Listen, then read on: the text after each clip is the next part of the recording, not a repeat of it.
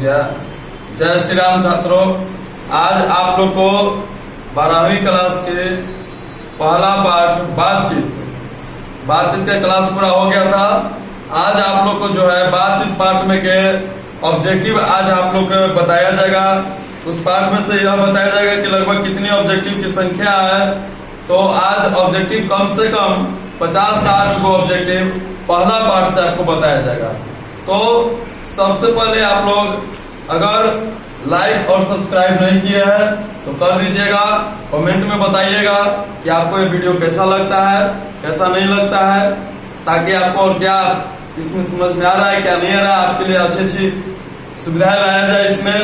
तो देखिए, जिस प्रकार क्लास हम आप लोग को बताए थे तो क्लास में था क्या कि बोल देते थे, लेकिन ऑब्जेक्टिव में आप लोग को है ना कि ऑब्जेक्टिव में आप लोग को अगर हम बोर्ड पर लिखेंगे तो मालूम नहीं चलेगा, कितना बोल कर लिखवाएंगे तो नहीं मालूम चल पाएगा। तो इसीलिए ऑब्जेक्टिव जो हम कॉपी पर लिखे हुए हैं उस पर आपको लाइन बाय लाइन 1 बाय 1 कर करके आपको बताया जाएगा। उसमें से आप लोग देख कर लिखिएगा। तो आइए अब आप लोग को जो हम दिखाते हैं, चलिए देखिए, आपका पहला प्रश्न है बातचीत क्या है। बातचीत क्या है जिसका उत्तर है निबंध। दूसरा है निबंध शीर्षक बातचीत के लेखक कौन है, उत्तर है बालकृष्ण भट्ट। तीसरा है बालकृष्ण भट्ट का जन्म कब हुआ था, उत्तर होगा 23 जून 1844।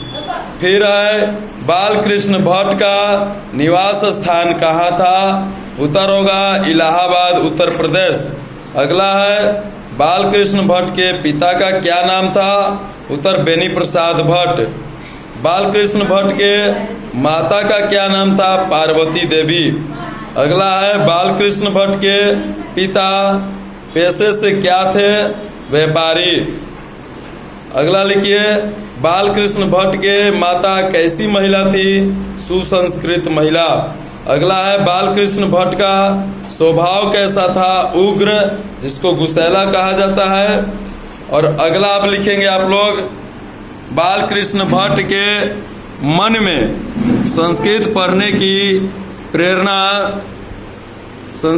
की प्रेरणा किससे प्राप्त हुई थी, उत्तर है उनकी माता पार्वती देवी से।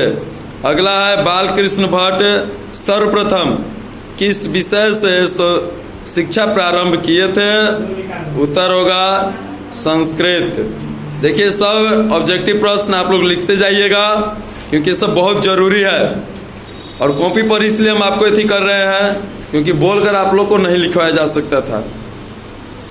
अगला है बालकृष्ण भट्ट सर्वप्रथम किस स्कूल से एंट्रेंस पास किए थे, उत्तर है प्रयाग के मिशन स्कूल से। अगला है बालकृष्ण भट्ट कायस्थ पाठशाला इंटर कॉलेज में सर्वप्रथम कब पढ़ाए थे, उत्तर है 1888। अगला है बालकृष्ण भट्ट सर्वप्रथम मासिक पत्रिका का संपादन कब किए थे, उत्तर है 1877। बालकृष्ण भट्ट जिस मासिक पत्रिका का संपादन किए थे उनका क्या नाम था, उत्तर होगा आपका हिंदी प्रदीप। और बालकृष्ण भट्ट को पत्र लिखने की प्रेरणा किससे प्राप्त हुई थी, उत्तर होगा भारतेंदु हरिश्चंद्र। अगला है बालकृष्ण भट्ट मासिक पत्रिका का संपादन कितने वर्षों तक किए थे, उत्तर होगा 33 वर्षों तक। अगला है बालकृष्ण भट्ट को काशी किसके द्वारा बुलाया गया था, उत्तर होगा श्याम सुंदर दास। अगला है बालकृष्ण भट्ट को काशी में क्यों बुलाया गया था, तो उत्तर है हिंदी शब्दकोश को संपादन करने के लिए। देखिए, अगला प्रश्न है बालकृष्ण भट्ट किस निबंध का आलोचना किए थे, संयोगिता स्वयंवर। संयोगिता स्वयंवर किसकी रचना है, तो देखिए उत्तर है लाला श्रीनिवास दास। अगला है बालकृष्ण भट्ट किस युग के कवि थे, भारतेंदु युग के। अगला है बालकृष्ण भट्ट को किस काल के कवि थे? तो आधुनिक काल के कवि थे। बालकृष्ण भट्ट का मृत्यु कब हुआ था? तो 20 जुलाई 1914। बालकृष्ण भट्ट को एडिसन से तुलना किसने की थी? आचार्य रामचंद्र शुक्ल ने। अगला है आपका बालकृष्ण भट्ट के द्वारा लगभग कितने निबंध लिखी गई थी? उत्तर होगा 1000। फिर मनुष्य को वाक शक्ति किसके द्वारा प्राप्त हुई है? परम पुरुष परमात्मा के द्वारा। अगला है अगर मनुष्य के पास बोलने की शक्ति नहीं रहती तो यह सृष्टि कैसी रहती? उत्तर है गूंगी। अगला है मनुष्य अपने बातों को किन किन रूपों से व्यक्त कर सकता है? उत्तर है भाषण और बातचीत के माध्यम से।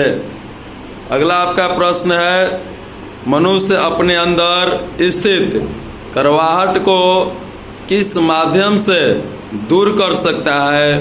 उत्तर होगा बातचीत। देखिए इतना जल्दी जल्दी बोला जा रहा है, आप लोग लिखते जाइएगा, नहीं लिखिएगा इसी तरह से फिर रह जाएगा। और एक चैप्टर में से करीब 60-70 ऑब्जेक्टिव आपको निकालना बहुत मेहनत का काम होता है। नारायण आप लोग के लिए ऑब्जेक्टिव यहाँ पर निकाला जाता है। हम आपसे यही आग्रह करते हैं कि इस वीडियो को, इस चैनल को ज़्यादा से ज़्यादा शेयर कीजिएगा ताकि सभी छात्रों के पास पहुँच सके। मदद करना मनुष्य का परम कर्तव्य होता है। देखिए बातचीत करने से, अगला क्वेश्चन है, बातचीत करने से मनुष्य का मन कैसा हो जाता है? उत्तर लिखेंगे हल्का और स्वच्छ। देखिए जब तक मनुष्य बातचीत नहीं करता है उसका मन हल्का और स्वच्छ नहीं हो पाता है। मनुष्य बातचीत के आगे क्या क्या छोड़ देता है? तो आपको हम बताए थे जब कहानी इसका पढ़ा रहे थे तो उसमें बताए थे कि मनुष्य बातचीत करने के आगे खाना पीना और बड़ा से बड़ा भी काम छोड़ देता है। अगला है कि रॉबिन्सन क्रूसो कितने वर्षों तक जंगल में रहे थे? तो रॉबिन्सन क्रूसो बचपन से लेकर 16 वर्षों तक, देखिए रॉबिन्सन क्रूसो जो है बचपन से लेकर 16 वर्षों तक जंगल में रहे थे। अगला प्रश्न है रॉबिन्सन क्रूसो बचपन से लेकर 16 वर्षों तक किसके साथ रहे थे? तो जंगल में रहे थे तो मामूली सा बात है कि जंगली जानवरों के साथ रहे थे। उत्तर होगा जंगली जानवरों। अगला है 16 वर्ष के बाद रॉबिन्सन क्रूसो सर्वप्रथम किसके मुख से आवाज सुने थे? देखिए 16 वर्ष के बाद रॉबिन्सन क्रूसो जो है सबसे पहले फ्राइडे के मुख से आवाज सुने थे। उत्तर होगा फ्राइडे के मुख से। अगला है मनुष्य का गुण तथा दोषों का पता कैसे चलता है? किसके माध्यम से मनुष्य के गुण और दोष का पता कर सकते हैं? तो उत्तर होगा बातचीत। अगला प्रश्न है आपका बातचीत की सीमा कहाँ से प्रारंभ होती है और कहाँ तक खत्म होती है? तो उत्तर होगा कि 2 व्यक्तियों से प्रारंभ होकर पूरे सभा तक खत्म होती है। अगला है एडिसन के अनुसार असली बातचीत कितने लोगों के बीच होती है? तो एडिसन के अनुसार असली बातचीत जो है सिर्फ और सिर्फ 2 लोगों के बीच ही होती है। अगला है 2 बुजुर्गों के बीच बातचीत करने का मुख्य प्रकरण क्या होता है? उत्तर है अपने जमाने की बड़ाई और इस जमाने की बुराई करते हैं। अगला आपका प्रश्न है 2 बुजुर्ग महिलाओं के बीच बातचीत करने का मुख्य प्रकरण क्या होता है? उत्तर होगा बहुओं तथा बेटों का शिकवा। अगला है 2 स्कूली लड़कों के बीच अधिकतर बातचीत क्या होता है? तो ये लोग खेल तथा विद्या से संबंधित बातचीत करते हैं। अगला है आर्ट ऑफ कन्वर्सेशन किसके पास प्राप्त रहती है? कौन लोगों के पास होती है? तो उत्तर होगा यूरोप के लोगों के पास आर्ट ऑफ कन्वर्सेशन होती है।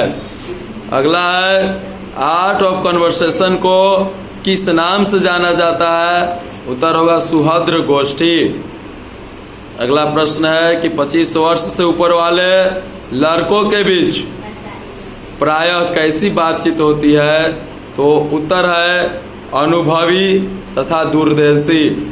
अगला प्रश्न है कि 25 वर्ष से कम उम्र वाले लड़कों के बीच प्रायः कैसी बातचीत होती है?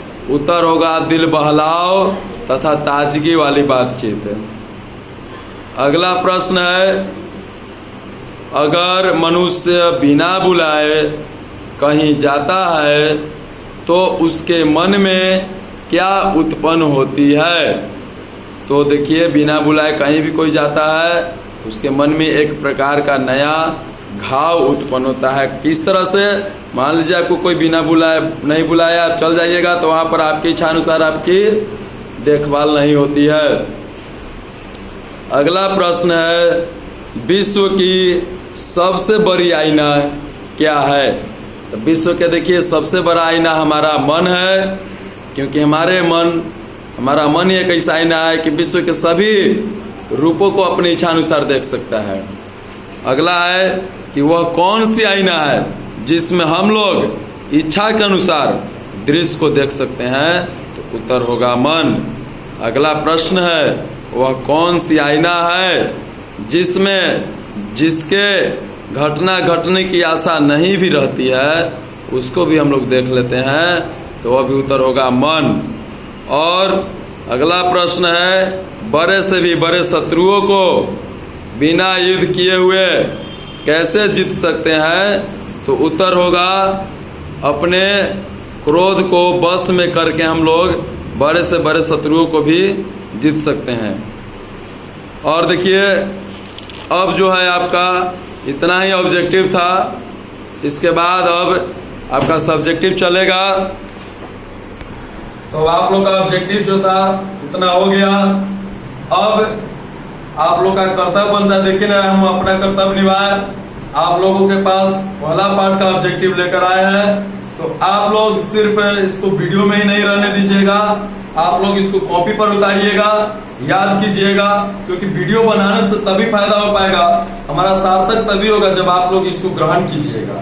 अन्यथा इसी तरह से भेज देने से कुछ फायदा नहीं है।